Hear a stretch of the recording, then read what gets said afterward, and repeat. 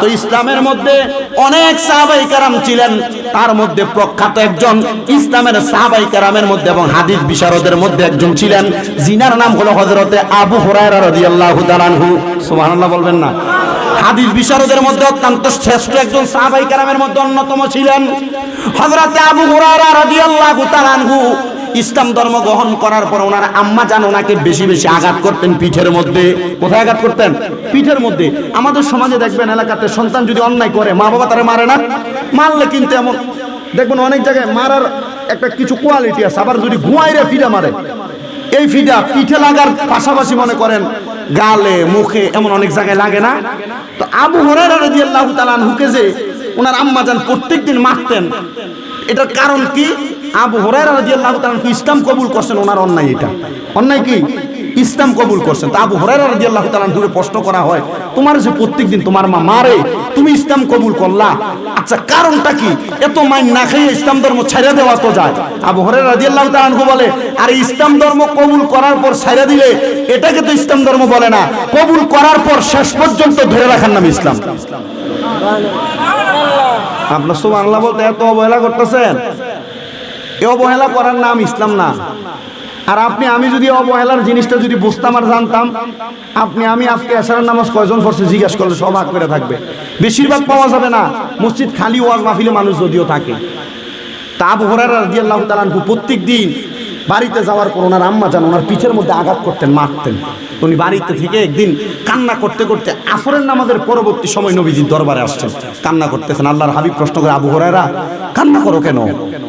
রাসূল সাল্লাল্লাহু আলাইহি সাল্লামের প্রশ্নের জবাবে আবু হুরায়রা, ইয়া রাসূলুল্লাহ, আমার আম্মা জান আমাকে প্রত্যেকদিন এখান থেকে যাওয়ার পর আপনার দরবার থেকে আমার পিঠের মধ্যে আঘাত করে। তো রাসূল সাল্লাল্লাহু আলাইহি সাল্লাম বলে, আবু হুরায়রা, ইসলামের জন্য বিন্দু পরিমাণ আঘাত এটা জিহাদের সমতুল্য। সুবহানাল্লাহ বললেন না? জিহাদ করার সমতুল্য। আবু হুরায়রা রাদিয়াল্লাহু তাআলা আনহু তবু কান্না করে। তো নবীজি সাহাবায়ে কেরাম ওনার দিকে তাকিয়ে আছেন, সবাই হতাশাগ্রস্ত হয়ে আবু হুরায়রার দিকে তাকিয়ে থাকতেন।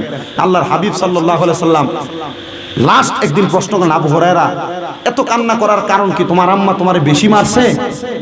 আবু হুরায়রা আল্লাহর হাবিবের দিকে তাকায়া চোখের পানি ছেড়ে দিয়া কই, ইয়া রাসূলুল্লাহ, আমি এই জন্য কান্দি না যে আমার মা আমাকে মারছে। কি বলো? হ্যাঁ।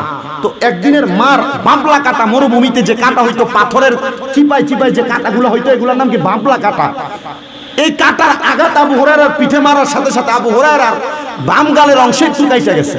আবু হুরায়রা রাদিয়াল্লাহু তাআলা আনহুর দিকে তাকে আল্লাহর হাবিব ওনার রক্ত মুছে দিচ্ছেন আর বলতেছেন, আবু হুরায়রা, তুমি কি এই জন্য কাঁদতেছো যে তোমার আম্মা জান তোমাকে আঘাত করেছে? আবু হুরায়রা বলে, আল্লাহর কসম ইয়া রাসূলুল্লাহ, আমি এই জন্য কান্না করি না। কেন কান্দো? নবীজি, আমি কান্না করি, আপনি নবী কত মানুষের জন্য দোয়া করেন, নবীজি আপনি আমার মার জন্য একটু দোয়া করেন। এত আসতে বললেন। আপনারা যারা দূরে বসে রয়েছেন, ওইনে বসে না থেকে পারলে একটু কাছের দিকে চলে আসেন। আমি আমার কোনো মাহফিলের শ্রোতারে আগে বসতে বা লড়ে সরে বসতে বলি না, জায়গা গরম করছেন তবু একটু কষ্ট করে। আর মাশাআল্লাহ দিলে তোমরা তো মোটামুটি এলাকা চেয়ারম্যান আর মেম্বার হয়ে গেছো, থাকেন, অসুবিধা নাই। যদি কষ্ট হয় অসুবিধা নাই, আর যদি সম্ভব হয় কাছাকাছি আইসা পড়েন, আমার কাছে ভালো লাগবে। আমি কিন্তু ওয়াজ এখনো শুরুও করি না। আমারে বলছে পবিত্র সোহাদে কারবালার উপরে একটু বয়ান করার জন্য, আমি চেষ্টা করবো আপনাদেরকে ওই শর্ত সাপেক্ষ অনুযায়ী একটু আলোচনা করার জন্য। তবে এতটুকু মনে রাখেন, আমার ওয়াজ যতটুকু শুনবেন, এই ওয়াজের মধ্যে থেকে যা শিখবেন, যেটা মনে হবে আপনার শিক্ষণীয়, এটার উপর আপনারা আমল করবেন। আল্লাহ কবুল করুক। আস্তামিন গোছেন আপনারা, আর কোনরে কোন আমিন।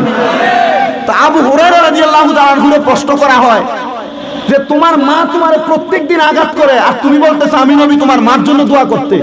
আপনারা যদি আমি মারি, আপনি জীবন আমার জন্য দোয়া করবেন? আপনি কখনো আমার জন্য দোয়া করবেন? উল্টা রাস্তা দিয়ে গেলে যদিও ডাইরেক্ট গালি না দেন, মুখটা লুকে লুকে মনে মনে করবেন, ফোঙ্গার ফুল আমার তুই মারছস। এমন করে না মানুষ? একজনের সাথে একজনের দ্বন্দ্ব থাকলে, এটা থাকলে ওইটা থাকলে বিভিন্ন কিছু করে না? আছে, এমন অনেক কিছু করে। তো এবার হযরত আবু হুরায়রা রাদিয়াল্লাহু তাআলা আনহু সাহাবায়ে কেরাম বসে, রে আবু হুরায়রা, মা তোমার এমনি মারে, তো আঘাত করে, তুমি বলতেছো তোমার মার জন্য দোয়া করার জন্য, কারণ কি? আবু হুরায়রা বলে, ইয়া রাসূলুল্লাহ, আপনি তো আল্লাহ তাআলার কোরআনুল কারীমের আয়াত বলেছেন, কু আনফুসাকুম ওয়া আহলিকুম নার, আপনি বলেছেন নিজে জাহান্নামের আগুন থেকে বাঁচো এবং তোমার আহলকে বাঁচাও। ইয়া রাসূলুল্লাহ, ও মায়ার নবী, ইসলাম ধর্ম গ্রহণ যে ব্যক্তি করলো বিকাউলি লা ইলাহা ইল্লাল্লাহু মুহাম্মাদুর রাসূলুল্লাহ ফাদাখালাল জান্নাহ, আপনি নবী তো বলেছেন যে এই ব্যক্তির জবান দিয়া লা ইলাহা ইল্লাল্লাহু মুহাম্মাদুর রাসূলুল্লাহ সাল্লাল্লাহু আলাইহি ওয়াসাল্লাম বের হইল ফাদাখালাল জান্নাত, অত বড় সেই ব্যক্তি জান্নাতি। নবী গো, আমি আবু হুরায়রা তো ইসলাম ধর্ম গ্রহণ করছি কালেমা পড়া। আমি আবু হুরায়রা বুঝতে পারলাম ইসলাম কবুল করার কারণে আল্লাহ তাআলা আমারে জান্নাত দিবে। ইয়া রাসূলুল্লাহ, আমার মা আমারে মারে, এটার জন্য আমার কষ্ট হয় না, কারণ আমি যতগুলা আঘাত পাই ততগুলা আঘাতের কারণে আমার আমলনামার মধ্যে জিহাদের সওয়াব হইয়া যায়। নবী গো, আপনি দয়াল নবী, রহমতের নবীর কাছে আমার আবদার, নবীজি আমি আবু হুরায়রা ইন্তেকালের পরে জান্নাতে যাব, আর আমি জান্নাতের মধ্যে যাওয়ার পর ওই জান্নাতে আমি আবু হুরায়রার মা থাকবে না, আমি আবু হুরায়রা সহ্য করতে পারবো না। ইয়া রাসূলুল্লাহ, এই জন্য আমি বললাম আপনি আমার মার জন্য একটু দোয়া করেন। এর আবু হুরায়রা যেহেতু বললা তোমার মার জন্য দোয়া করতে, আমার নবীর সাথে সাথে আল্লাহর দরবারে হাত তুলে দিলেন। আল্লাহুম্মা ইহদি বলে আমার নবী দোয়া করলেন, আল্লাহ আপনি আবু হুরায়রার মার হেদায়েত দান করেন। নবীর সাহাবায়ে কেরাম নবীজির মজলিসে বসা, আবু হুরায়রা আমার নবীর সামনে বসা। আমার নবী দোয়া করতে দেরি, হযরত আবু হুরায়রা আমার নবীর সামনে থেকে উঠে একটা দৌড় মারছে। নবীর সাহাবায়ে কেরাম আবু হুরায়রার পেছন দিয়ে যায় আটকাইছে। কিরে আবু হুরায়রা, এতক্ষণ না বললা আমার নবী তোমার মার জন্য দোয়া করার জন্য? আবু হুরায়রা রে, আমার নবী তো দোয়া করলো, এখন যে তুমি আমার নবীর দরবার থেকে ওইটা ফালি দিয়া চলে যাও, দৌড় মাইরা চলে যাও। আবু হুরায়রা, কেন চইলা যাও? আজকে কি বেশি আঘাত করছে রে? আঘাতের জ্বালা বুঝি তুমি আবু হুরায়রা সহ্য করতে পারো না? আবু হুরায়রা কয়, ওয়াল্লাহি বিল্লাহি তাআলা, আল্লাহর কসম, আল্লাহর কসম, আল্লাহর কসম, আমি আবু হুরায়রা ব্যাপার জ্বালা সহ্য না করতে পারা যাই না রে মুসলমান। নবীর সাহাবায়ে কেরাম, আমি যাইতেছি এই মুহূর্তে, তাড়াতাড়ি দৌড়ে বাড়িতে যাবো, আমি যাইয়া দেখবো আমি আবু হুরায়রা আগে বাড়িতে গেছি না রাহমাতুল লিল আলামিন নবীর দোয়া আমি আবু হুরায়রার বাড়িতে আগে গেছি। জবানটা খুলে জোরে জোরে বলেন সুবহানাল্লাহ। আবু হুরায়রা ডাক দিয়া কয়, যাবি রে? আমি বাড়িতে গেলাম, আমি যাইয়া দেখলাম আমি আবু হুরায়রার ঘরের দরজাটা খোলা। আমি ঘরের দরজা খোলা দেইখা আমি বড় হতভম্ব হয়ে গেলাম, কারণ আমি যতদিন নবীর দরবার থেকে বাড়িতে যাই আমি দেখি আমার ঘরের দরজা বন্ধ। আমি আমার ঘরের দরজায় 3 বার সালাম দিলে আমার মা দরজা খুলতো না, কারণ আমার মা অমুসলিম ছিল। আমি আবু হুরায়রা ওই দিন যাইয়া দেখি আমার মায়ের ঘরের দরজাটা খোলা। আমি ঘরের মধ্যে প্রবেশ করি নাই, কারণ নবীর সুন্নত হলো ঘরে ঢুকার আগে সর্বনিম্ন 3 বার সালাম দেওয়া। কয়বার? কয়বার? যদিও এটা তোমার আম্মার ঘর, যদিও এটা তোমার বাবার ঘর, যদিও এটা তোমার নিজ স্ত্রীর ঘর, নিজের ঘরের মধ্যে নিজে প্রবেশ করতে হইলেও সর্বনিম্ন কয়বার সালাম দেওয়া লাগবো নি? আপনি চিন্তা করেন, এটা আমার ঘর, কি হইব? ঢুকে যাই কি হইব না? আল্লাহ নবীর সুন্নত মিশকাতুল মাসাবি বাবু সালাম অধ্যায়, বেশি উপরে ক্লাস না, আপনাদের এলাকার মাদ্রাসা 9 10 পড়ে যে ফুলাফান এরা শিখাবেন যে বাবু সালাম অধ্যায় আসেনি হাদিসের বইয়ে? বলে আছে, নবীজির হাদিস শরীফ এই অধ্যায়ের ভিতরে 4 নাম্বার এবং 6 নাম্বার হাদিসের ভিতরে আল্লাহর হাবিব ডাইরেক্ট বলছে, কারোর ঘরে প্রবেশের আগে সর্বনিম্ন 3 বার সালাম দাও, জবাব নাই ফিরে চলে যাও। সুবহানাল্লাহ, মারহাবা কোন সালাম, সালাম, সালাম। শামীম রাজা বন্ড, শামীম রাজা ছোট, শামীম রাজা আলেম না, শামীম রাজার এলেম নাই। এখন থেকে পূর্ব থেকে এখন পর্যন্ত, এখন থেকে শেষ পর্যন্ত যতগুলা কথা বলবো, একটা কথা আপনি মানেন আর না মানেন, এ এখন যেটা শিখিয়ে দিছি এটার আমল করবেন। কথা কি বুঝতে পারছেন? আমি ভণ্ড, আমি খারাপ, আমার দোষের ভাব নাই, আল্লাহর কসম আমার 10টা কথা আপনি মানার দরকার নাই, একটা শিখিয়ে দিছি, ঘরের ভিতরে ঢুকার সময় আগে সালাম দিয়ে দিন। ঠিক আছে না? ঠিক আছে না? তা আপনি আমার কথা 10টা খারাপ হবেই, আমার যেটা ভালো আপনি এটা মানবেন, কি বলেন? ঠিক আছে না? আমার কাছে এতটুকু ভালো লাগে, আপনাদের দুয়ার বরকতে বরুড়া থানায় যথেষ্ট পরিমাণ মাহফিল করি, যথেষ্ট পরিমাণ করি না। আমি আপনাদের এই সাইডটাতে এই এলাকায় মনে হয় এবার বন করা কয়বার, 2 বার, গোসবা একবার, 3 বার, শুধু এই সাইডটাতে এই কর্নারটাতে শুধু 3 বার। কিন্তু আলহামদুলিল্লাহ এই সাইডটাতে বরুড়া নিয়ে বহুত মাহফিল, 2023-এর যে সেশন, ওই সেশনে 58টা মাহফিল বরুড়াতে করা হয়েছে। এই সালে এই আজকেরটা 27 নম্বর মনে নাকি না 23 নম্বর জানি, এই শুধু 2024 সালে। কেন জানেন? আপনাদের ভালোবাসা আছে না। আমি মাঝে মাঝে বড় অবাক হয়ে যাই, কি যে এলাকার ভিতরে মাহফিল নিয়ে দ্বন্দ্ব হয়ে যায়। আল্লাহ আল্লাহ আল্লাহ, মাহফিল নিয়ে কিসের দ্বন্দ্ব? পদ মাহফিল, এটা কি গান বাজনা নাচানাচি হইতেছে? ও বিয়ের ভিতরে মুসলমানের ভিতরে যে ডেক্সারাই না বাজা হিসুম গালা, তারা কি ধরে না, মাথার বাড়ি পড়ে না। আল্লাহ তাআলা সবচাইতে উত্তম ফয়সালাকারী। আল্লাহ তাআলা আমাদেরকে বুঝ দান করুক, বুঝ দান করুক, বুঝ দান করুক। আমি দেখছি, মনে করছে না আমি দেখছি না, যেমন না, আমি দেখছি। আমি দেখলাম যে ফেসবুকের ভিতরে মাহফিলে যে পোস্টারটা, এটার ভিতরে করজ দিছে। আমি চিন্তা করলাম পোস্টারটার ভিতরে করজ দেওয়ার আগে একবার চিন্তা করা উচিত ছিল, উপরে নারায়ে তাকবীর আল্লাহু আকবার লেখাটা এই পোস্টারেই আছে। আমি খুব হতাশাগ্রস্ত এগুলা দেখলে। চিন্তা করি এরা তো মুসলমান দাবি করে নাকি? আল্লাহ তাআলা এগুলার উত্তম ফয়সালাকারী। আমার ইরফান ভাই কয়েকবার বলছে, আমি কই ভাই এগুলা কোনো কিছু না। বরুড়া আলহামদুলিল্লাহ যত মানুষ, বরুড়াতে উগ্রবাদী নাই, আমি এতটুকু মনে করি। দল আপনার হাজারটা হইতে পারে, তবে একটা কথা মনে রাখেন, ইসলাম কয়টা? ইসলাম কয়টা? কোরআন কয়টা? নবী কয়টা? ইসলাম, কোরআন, আল্লাহ, এগুলা নিয়ে দ্বন্দ্ব আছে। বিভিন্ন মানুষ বিভিন্ন কথা বলে বিভিন্ন দ্বন্দ্ব তৈরি করে, এগুলা করুক, তবে আমরা একটা কথা মনে রাখবো, কোরআন কয়টা? আল্লাহ কয়টা? এই ইসলামের উপর সহজ সরল ভাবে থাকেন। বিভিন্ন দল বিভিন্ন দিকে থাকতে পারে, আমরা মুসলমান, আমরা পরিচয়, এটা ঠিক আছে, কথা বল না কেন? এটার উপরে থাকেন। তা আবু হুরায়রা কয়, সাহাবায়ে কেরাম শোনো, জি, যে আমি বাড়িতে যেয়ে দেখি আমার দরজা খোলা। অন্যদিন কি দরজা খোলা থাকে না বন্ধ থাকে? খোলা থাকে না বন্ধ থাকে? এদিন যেয়ে দেখি কি খোলা না বন্ধ? কারণ নবীজি দোয়া করে দিছে। সুবহানাল্লাহ কন্যা, কে দোয়া করে দিছে? নবীজি দোয়া করছে। আবু হুরায়রা ঘরের সামনে দিয়ে সালাম দেয়, আসসালামু আলাইকুম ওয়া রাহমাতুল্লাহ। অন্যদিন 3 বার সালাম দিলে কোনো জবাব নাই। আবু হুরায়রা বলে, ওই দিন সালাম দেওয়ার পরে দেখলাম ওয়া আলাইকুমুস সালাম শব্দটা আসতেছে। দেখলাম দরজার মধ্যে আমার মা জননী দাঁড়ায় আছে, আমার মায়ের চুলগুলা বায়া বায়া পানি পড়তেছে। আবু হুরায়রা একটা ডাক দিয়া কয়, জগৎবাসী রে, হে জগৎবাসী, আমি দেখলাম আমার ঘরের দরজাটা খোলা। অন্যদিন 3 বার সালাম দিয়া ঘরের দরজার মধ্যে দাঁড়ায়া থাকতাম, কেউ আমার জন্য দরজাটা খুলতো না। কিন্তু আমি ওই দিন একবার সালাম দেওয়ার পরে জবাবও পাইলাম।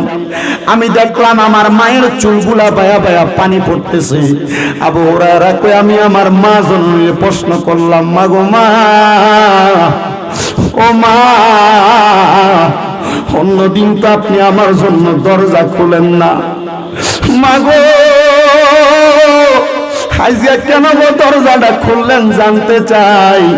আবু হুরায়রার মা কই, পুত্রে, প্রত্যেকদিন আমি তোমারে মারি, প্রত্যেকদিন আমি তোমারে আঘাত করি, আজকে আমি তোমারে মারার পরে আমি মার মাথার মধ্যে চিন্তায় আসলো, আবু হুরায়রা ইসলাম ধর্ম গ্রহণ করার কারণে ইসলাম ধর্মে এমন কি মজা পাইছে, ইসলাম ধর্মের মধ্যে এমন কি স্বাদ পাইছে, আমি মা আবু হুরায়রারে এত মারি, আবু হুরায়রা ইসলাম ধর্ম ছাড়ে না। আবু হুরায়রা রে, আমি মা আজকে মারার পরে চিন্তা করলাম, তুমি যেহেতু ইসলাম কবুল কইরা, ইসলামের মজা পাইয়া তুমি এত মার সহ্য করতে পারো, আমি মা চিন্তা করলাম রে, আজকে আমি তুমি আবু হুরায়রার সাথে ইসলাম কবুল করব। ইসলাম ধর্ম গ্রহণ করলে মার খাওয়া, ধৈর্য ধরছে বিদায় মা ইসলাম কবুল করছে। আবু হুরায়রা বলে, কিছুদিন পরে আমার মা ইন্তেকাল করেছে। আমার মায়ের ইন্তেকালের পরে আমি আবু হুরায়রা রাহমাতুল লিল আলামিন নবীর দরবারে কান্না করতে লাগলাম। মা জননী আমারে বলে, কিরে আবু হুরায়রা, কান্না করার কারণ কি? আবু হুরায়রা কই ইয়া রাসূলুল্লাহ, যেই মায়ের জন্য কান্দি গো, ওই মা জননী ইন্তেকাল করেছে, কিন্তু ওই মা কি জান্নাতি না জাহান্নামী আমি আবু হুরায়রা তো জানি না। আবু হুরায়রা কই শোনো রে, নবী রহমতের নবী আমারে বলেছে ওয়া মিনাল লাইলি ফাতাহাজ্জাদ বিহি নাফিলাতান লাকা আসা আইয়াবআসাকা রাব্বুকা মাকামান মাহমুদা। হে আয়াতে কারিমা আমি আবু হুরায়রার শোনায়া দিছে। তাফসিরে জালালাইন শরীফের মধ্যে আল্লামা জালালউদ্দিন সুয়ুতি রহমাতুল্লাহ আলাইহি, আল্লামা জালালউদ্দিন মুহল্লি রহমাতুল্লাহ আলাইহি তাফসিরে বাইজাবি শরীফের মধ্যে সহ তাফসিরে কানজুল ঈমান নুরুল ইরফানের মধ্যে হযরতে আহমদ ইয়ার খান নঈমি রহমাতুল্লাহ আলাইহি একই ভাবে এই আয়াতের অনুবাদ করে আল্লাহ তাআলা নবীজিকে বলেছে আপনি রাতের কিছু অংশ তাহাজ্জুদের নামাজ আদায় করেন। যদি তাহাজ্জুদের নামাজ আদায় করেন আমার আল্লাহ তাআলা অতি সত্বর আপনি নবীকে মাকামে মাহমুদ দান করবে। এই আয়াতের ব্যাখ্যা লিখতে যে হযরতে আহমদ ইয়ার খান নঈমি রাহমাতুল্লাহ আলাইহি বলে আমি আমার এই আয়াতে কারিমার ব্যাখ্যা করতে যায়া আমি কত কান্না করলাম, কান্না করতে করতে আমি সিজদার মধ্যে পড়ে গেলাম।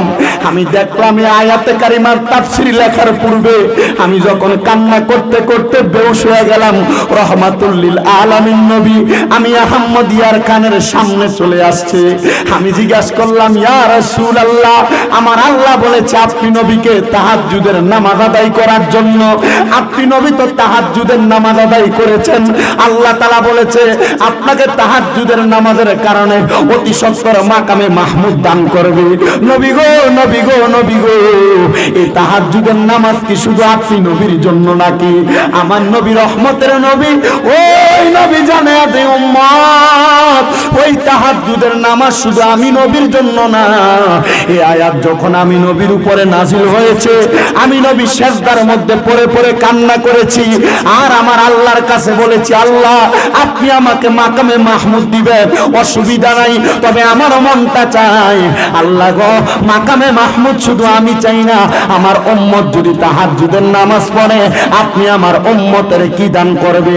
আমার আল্লাহ তাআলা আমি নবীরে জানিয়ে দিছে উম্মত তাহাজ্জুদের নামাজ পড়া যা চাইবে তাকে তা দেওয়া হবে।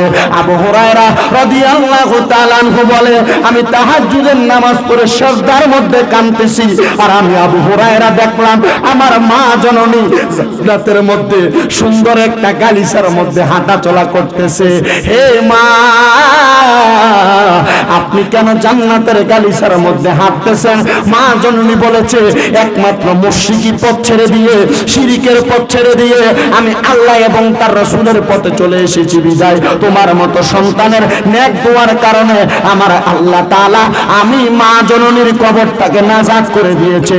আমি জানতে চাই ও বনকরা উত্তর পাড়ার মানুষ, ও বনকরা এবং আশেপাশে এলাকার মানুষ, আমার আল্লাহ যদি আবু হুরায়রার মতো হাদিস বিশারদের আম্মা জানকে ইসলাম ধর্ম গ্রহণ করাইছে নবীর সামান্য একটু দোয়ার কারণে, আপনি আমি যদি ওই নবীর উম্মত হইয়া ওই নবীরে মুহাব্বত কইরা নবীজির উপর দিনে রাতে সব সময় সর্বক্ষণ অবসর সময়গুলা দুরূদ শরীফ আদায় করি, আমার আল্লাহ তাআলা আপনার আমার জীবনের গুনাহ, আপনার আমার বংশের কবরের আযাব মাফ করে দিতে পারে কি পারে না? উম্মতি ফালাহু আজরুন মিয়াতা শাহিদা আও কামা ক্বালা আলাইহিস সালাতু ওয়াস সালাম। নবীজি বলেছেন উম্মত ফিতনা ফাসাদের জামানায় আমি নবীর একটা সুন্নতকে যারা জিন্দা করবে তাদেরকে 100 শহীদের সওয়াব দেওয়া হবে। জোরে পড়ি সুবহানাল্লাহ। সালাম দেওয়া সুন্নাত, জবাব দেওয়া হলো ওয়াজিব। ওয়াজিব তরক করলে গুনাহগার হয়, তবে দলের মধ্যে একজন আদায় করলে আদায় হয়ে যায়। কিন্তু আমাদের সমাজটা বর্তমানে এমন একটা পরিস্থিতিতে পড়ছে, হঠাৎ যদি টাকাওয়ালা পয়সাওয়ালা হয়ে যায় এলাকায় আসার পরে রিকশার ড্রাইভার এলাকার কৃষক শ্রেণীর নিম্ন শ্রেণীর মানুষদেরকে সালাম দিতে চায় না, অহংকারী হয়ে যায়, দামি হয়ে যায়। আছে না এমন? মিশকাতুল মাসাবির মধ্যে একটা হাদিস শরীফ আল্লাহর হাবিব সাল্লাল্লাহু আলাইহি সাল্লাম বর্ণনা করেছেন। মাদ্রাসার ক্লাস 9-10 যে হাদিসের কিতাব সেখানেও আছে। এই অহংকার করা আল্লাহ তাআলা নবীজির মাধ্যমে বলেছেন এই অহংকার হলো আল্লাহর কুদরতের চাদর। বলেন কিসের চাদর? কুদরতের চাদর। এই চাদর নিয়ে যারা টানাটানি করে কাল ময়দানে মাশরে আল্লাহ তাআলা তাদের দিকে ফিরেও তাকাবেন না। এজন্য আপনাদের সবার কাছে আমার আবদার, সালাম দিয়েছেন আদায় হয়েছে, শুধু আপনারা একটা আওয়াজ দিবেন। এই আওয়াজ দিয়ে যারা বাহিরে দোকানপাটে রাস্তাঘাটে ঘোরাফেরা করতেছে এদেরকে শুধু এতটুকুই বোঝাইয়া দিবেন যে আমরা এখানে অনেকগুলা মানুষ আছি। আবারও সালাম দিচ্ছি, আসসালামু আলাইকুম ওয়া রাহমাতুল্লাহি ওয়া বারাকাতুহু। আসসালাতু ওয়াসসালামু আলাইকা ইয়া রাসূলুল্লাহ, আসসালাতু ওয়াসসালামু আলাইকা ইয়া হাবিবাল্লাহ, আসসালাতু ওয়াসসালামু আলাইকা ইয়া শাফিআল মুযনিবিন, আসসালাতু ওয়াসসালামু আলাইকা ইয়া রাহমাতুল লিল আলামিন।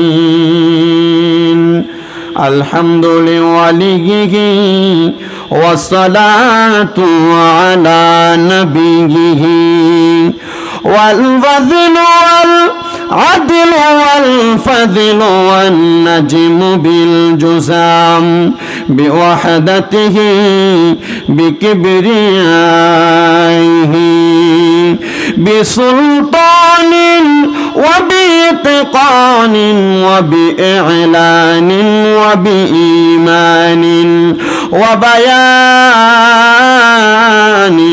ফি ফুরকান ওয়াহদাহু লা শারীকা লাহু ওয়া লা নাযীরা লাহু ওয়া লা মিসলা লাহু ওয়া লা মিসালা লা আজমালাম আনওয়ালা লাহু ওয়া নাশহাদু আন্না সাইয়্যিদানা ঈমানানা ওয়া খুতওয়াতানা ওয়া সানাদানা মুহাম্মাদুর রাসূলুল্লাহ সাল্লাল্লাহু আলাইহি ওয়াসাল্লাম আল্লাযী أرسله بالحق بشيرا ونذيرا وداعيا إلى الله بإذنه وسراجا وقمرا منيرا। একটা জবান বন্ধ রাখবেন না, সবাই জবান খুলে মায়ার শুনে পড়েন না আল্লাহু আকবার। হে আমার কুমিল্লা জেলার অন্তর্গত বরুড়া থানাধীন বনকরা উত্তরপাড়া যুব সমাজের উদ্যোগে কবরবাসীর মাগফিরাত কামনায় চতুর্থতম সুন্নি সম্মেলনের মধ্যে আগন্তুক আমার ভাইয়েরা, বাবারা, বন্ধুরা, পর্দার অন্তরালের আম্মুজিরা গো, মাইকের আওয়াজ যারা যারা শুনতেছেন সবাই একটু মনোযোগ দিয়ে আলোচনা শ্রবণ করবেন। এই মাহফিল হয়তো আজকে আপনার আমার জন্য জীবনের শেষ মাহফিল, হয়তো এই মাহফিলটার কারণে আল্লাহ তাআলা আপনার আমার জীবনের গুনাহ মাফ করে দিবে। ও বন্ধু গো, আমার আল্লাহ তাআলার কাছে জীবনের গুনাহগুলা ক্ষমা পাওয়ার জন্য এই জান্নাতের বাগান মাহফিলে বইসা আমরা একটু মহামূল্যবান আলোচনা শোনার চেষ্টা করব। কারণ এই জান্নাতের বাগানে আমি যেই কথাগুলা বলবো এই কথাগুলা হয়তো আমার জবান দিয়ে আসবে, কিন্তু কথাগুলা আমার জবানের কথা নয়, কথাগুলা বলেছেন স্বয়ং আমার আল্লাহ, কথাগুলা বলেছেন স্বয়ং মুহাম্মাদুর রাসূলুল্লাহ সাল্লাল্লাহু আলাইহি ওয়াসাল্লাম নবীজি, কথাগুলা বলেছেন হক্কানি উলামায়ে কেরাম। এই কথাগুলা ধারাবাহিকভাবে আমি আমার পাপী জবান দ্বারা আপনাদের কাছে বর্ণনা করব। এই জন্য ও মুসলমানের দলেরা, আমার আল্লাহ তাআলা হাদিসে কুদসির মাধ্যমে জানায়া দেয়, ওয়াশকুরু নি'মাতাল্লাহি আলাইহিম ইন কুনতুম ইয়াহু তা'বুদুন। আল্লাহ তাআলা বলে, বান্দা তোমরা আমি আল্লাহর নিয়ামতের শুকরিয়া আদায় করো যদি তোমরা আমি আল্লাহর ইবাদত করো। হে বন করার বাবারা, আপনারা বলেন আমরা সবাই ইবাদত করি কার? আল্লাহর নাম নিলে লস হবে, গুনাহ হবে। আপনাদেরকে আল্লাহর নামটা নেওয়ার জন্য আমি বললাম, আপনারা কেউ আস্তে বললেন, কেউ জোরে বললেন। ডান হাত তুলে উচ্চ কণ্ঠে জোরে বলেন, জবানের মালিক কে? আমরা সবাই ইবাদত করি কার? দুইটা হাত তুলে একটা বার জোরে ডাক দেন আল্লাহ, মুহাব্বতের আওয়াজে ডাক দেন ইয়া রাসূলুল্লাহ। এবার মায়ার সুরে পড়েন না ইয়া ওলি আল্লাহ। বন্ধুরা রে আমার, ও বনকরার যুবকের দল, বনকরার মুরব্বী বাবাজিরা, বনকরা এলাকা এবং আশেপাশে এলাকার পর্দার অন্তরালের মা বোনেরা, যেহেতু জবানের মালিক আমার আল্লাহ, আল্লাহর দেওয়া জবান নিয়ে জান্নাতের বাগানে বসে গেলেন। এই জন্য জবানটারে বন্ধ করে না রাইখা মুহাব্বতের আওয়াজে উচ্চ কণ্ঠে আমার আল্লাহ তাআলার কালামে হাকিম কোরআন থেকে তেলাওয়াত করবেন। বলে হুজুর, আল্লাহ তাআলার কালামে হাকিম কোরআন থেকে তেলাওয়াত করলে আমার আল্লাহ তাআলা আমাদেরকে কি প্রতিদান প্রদান করবে? আমার নবী রাহমাতুল লিল আলামিন নবীজির হাদিসে মুবারাকার মধ্যে দেখলাম হযরতে আব্দুল্লাহ ইবনে আব্বাস রাদিয়াল্লাহু তাআলা আনহু হাদিস বর্ণনা করে, হযরতে আনাস ইবনে মালিক রাদিয়াল্লাহু তাআলা আনহু সেম হাদিসটা বর্ণনা করে, হযরতে আবু হুরায়রা রাদিয়াল্লাহু তাআলা আনহু সেম হাদিসটা বর্ণনা করে, হযরতে মুআয ইবনে জাবাল রাদিয়াল্লাহু তাআলা আনহু সেম হাদিসটা বর্ণনা করে। একসাথে চারজন হাদিসের রাবী হাদিসটা বর্ণনা করেছেন। নবীজির প্রখ্যাত হাদিস বিশারদ হযরতে আব্দুল্লাহ ইবনে আব্বাস রাদিয়াল্লাহু তাআলা আনহু পর্যন্ত ওনার তাফসীর ইবনে আব্বাসের মধ্যে উল্লেখ করেছেন। উনি বলেন, আল্লাহ তাআলার কোরআনুল কারীম কোন আল্লাহর বান্দা যদি তেলাওয়াত করে, দৈনন্দিন তেলাওয়াত করে, আমার আল্লাহ তাআলা ওই বান্দার হায়াত বাড়ায়া দেয়। একটা জবানও বন্ধ নাই, জোরে কোন সুবহানাল্লাহ। বলেন না বাবা, আল্লাহ তাআলা কি বাড়ায়া দেয়? ওই কথা কয় না, কি বাড়ায়া দেয়? আমাদের সমাজে কোনো মানুষ যদি স্ট্রোক করে, স্ট্রোকের রোগী হয়, হার্ট অ্যাটাক করে, এই ব্যক্তিকে বাঁচানোর জন্য আইসিইউর মধ্যে ঢুকানো হয়, সর্বনিম্ন বিল আসে ৭৬,০০০ টাকা। কত? ৭৬,০০০ টাকা ২৪ ঘন্টার জন্য। আবার যদি আপনার খাতিলওয়ালা কোনো মানুষ হসপিটালে থাকে, এই বিলটা ৪৫ থেকে ৫০,০০০ টাকা করে দেয়। কিন্তু মুসলমান, আল্লাহ তাআলার কোরআনুল কারীম আপনি আমি যদি তেলাওয়াত করি, আল্লাহ তাআলা আপনার আমার হায়াতটা বাড়াইয়া দিবেন। হুজুর, আমাদের হায়াত তো আমাদের জন্মের পূর্ব থেকে নির্ধারণ করা, তাহলে আল্লাহ তাআলা হায়াতটা আবার বাড়াইবেন কেন? একমাত্র বান্দার সৎ কাজের জন্য, নেক কাজের জন্য। বান্দা যখন নেক আমল করে, সৎ কাজগুলা করে, আমার আল্লাহ তাআলা বান্দার হায়াত বাড়াইয়া দেয়। এজন্য আল্লাহর হাবিব সাল্লাল্লাহু আলাইহি ওয়াসাল্লামের হাদিস শরীফের মধ্যে আরো দেখলাম, নবী সাল্লাল্লাহু আলাইহি সাল্লাম নবী বলেন, উম্মতের দলেরা, দুনিয়ার জমিনের মধ্যে যারা আল্লাহর কোরআন তেলাওয়াত করে, আল্লাহ শুধু বান্দার হায়াত বাড়ায়া দেয় না, ওই বান্দা যদি কোনো বিপদের মধ্যে থাকে, আমার আল্লাহ তাআলা বান্দার বিপদ থেকে উদ্ধার করে দেয়। কেউ যদি রেগুলার আল্লাহ তাআলার কোরআন তেলাওয়াত করে, ওই বান্দার যদি অভাব থাকে, আল্লাহ তাআলা অভাব দূর করে দেয়। ওই বান্দার যদি কঠিন কোনো রোগ থাকে, আল্লাহ শেফা দান করে দেয়। ওই বান্দার রিজিকের ফয়সালা আল্লাহ করে দেয়। আল্লাহ তাআলার কোরআন তেলাওয়াত করলে আমার আল্লাহ তাআলা বান্দার ঈমানি মরণ দান করে। আল্লাহ তাআলার কোরআনুল কারীম সব সময় তেলাওয়াত করলে আমার আল্লাহ তাআলা ওই বান্দার কবরে যাওয়ার পর কবরের সওয়ালের জবাব সহজ করে দেয়। আল্লাহ তাআলার কোরআনুল কারীমের তেলাওয়াত করলে আমার আল্লাহ তাআলা বান্দাটাকে ফুলসিরাতটা সহজভাবে পার করে দেয়। আল্লাহ তাআলার কোরআনুল কারীমের তেলাওয়াত করলে আমার আল্লাহ তাআলা বান্দাকে কবরে যাওয়ার পর ফুলসিরাত পার হওয়ার পর রহমতের ফেরেশতাদেরকে থরে থরে দাঁড় করায় রাখে। আর আহলান সাহলান মারহাবান দুয়ুফুল্লাহ দুয়ুফুর রহমান বলে আল্লাহ তাআলার মেহমান বলে ওই মেহমানদেরকে কবরের মধ্যে ফুলসিরাত পার হওয়ার পর জান্নাতের মধ্যে আহ্বান করতে থাকে। এবার আপনারা বলেন, আমরা ইন্তেকাল করার পরে রহমতের ফেরেশতারা আপনাকে আমাকে কবরের মধ্যে জান্নাতের মধ্যে আহ্বান করুক, আমরা সবাই চাই কি চাই না? তাইলে সবাই জবান খুলে মুহাব্বতের আওয়াজে পড়েন, ফি শানি হাবিবিহি ওয়া মাহবুবিহি ওয়া মা'শুকিহি মুখবিরান মুবাশশিরান ওয়া আমিরা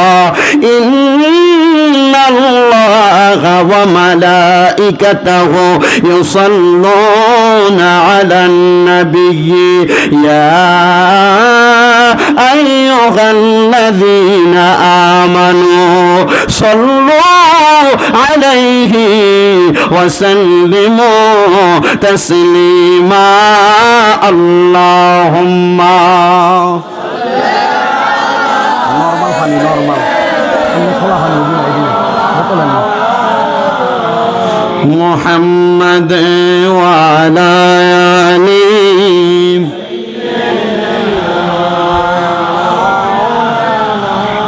আরেকটু জবান খুলে মুহাব্বতের আওয়াজে পড়েন, আল্লাহুম্মা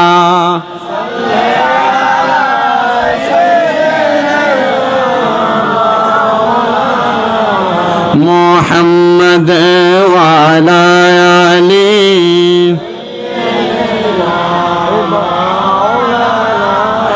ওগো নবী কামলিওয়ালা দেখান নূরে চেহারা দেখিতে আপনার নূর চেহারা অন্তর মোর পাগল পারা আল্লাহুম্মা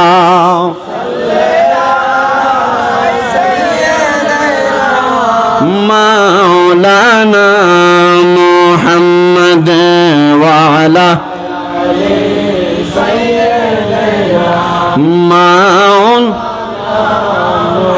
আল্লাহ তাআলার রহমত নবীজি রহমতের খাজিনা আপনি নবীর দরুদ পড়ে মন যাইতে চাই যে মদিনায় আল্লাহুম্মা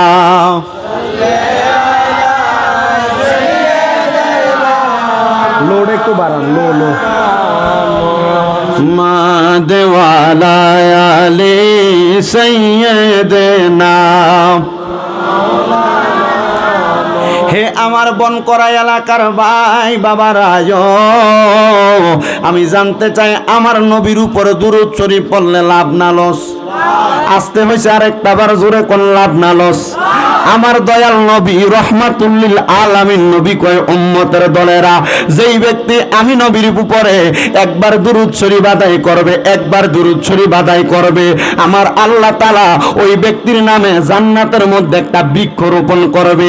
ইয়া রাসূলুল্লাহ, ইয়া হাবিবাল্লাহ নবী গো, আপনার কাছে জানতে চাই আপনি বলেন না আমার আল্লাহ তাআলা জান্নাতের মধ্যে কেন বৃক্ষরোপণ করবে? বৃক্ষরোপণ করার কারণটা কি আপনার কাছে জানতে চাই।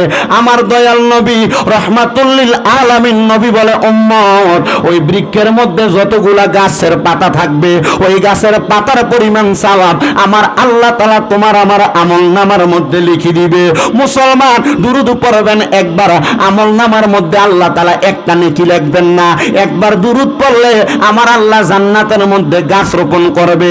হাজী আব্দুল হক মুহাদ্দিস দেহলভী রাহমাতুল্লাহ আলাইহি উনি হাদিসটাকে বর্ণনা করে বলতেছেন আমার আল্লাহ তাআলা ওই গাছের মধ্যে যত পরিমাণ পাতা থাকবে পাতার পরিমাণ সওয়াব তো আমলনামায় দিবে দিবে।